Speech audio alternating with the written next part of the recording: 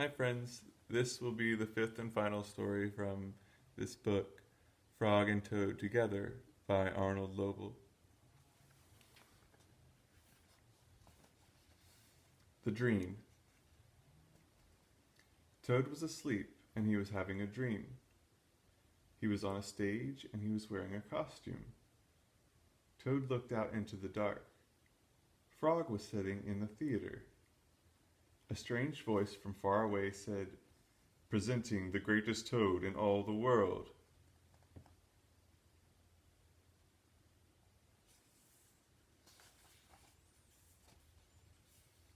Toad took a deep bow.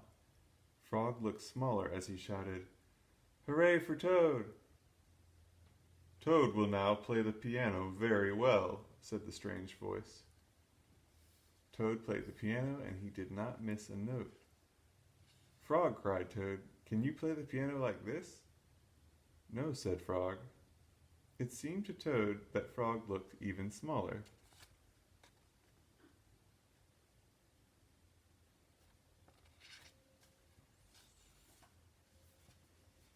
"Toad will now walk on a high wire, and he will not fall down," said the voice. Toad walked on the high wire. "Frog," cried Toad, "can you do tricks like this?" "No," peeped Frog, who looked very, very small.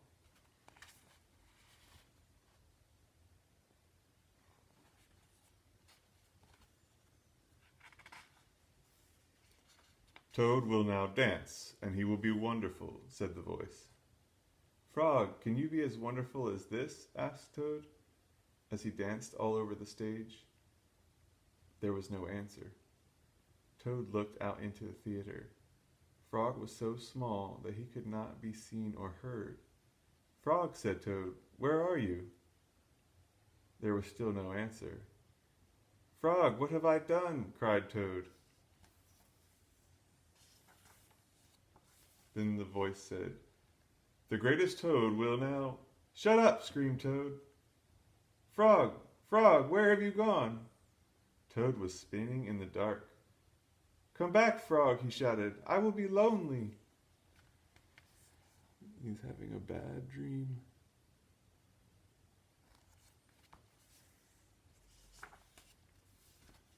"I'm right here," said Frog. Frog was standing near Toad's bed. "Wake up, Toad," he said. "Frog, is that really you?" said Toad. "Of course it is me," said Frog. "And are you your own right size?" asked Toad. "Yes, I think so," said Frog. Toad looked at the sunshine coming through the window. "Frog," he said, "I am so glad that you came over." "I always do," said Frog. Then Frog and Toad ate a big breakfast, and after that they spent a fine, long day together.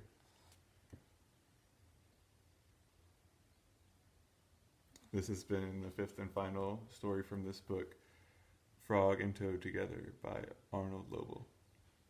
I hope you enjoyed them all.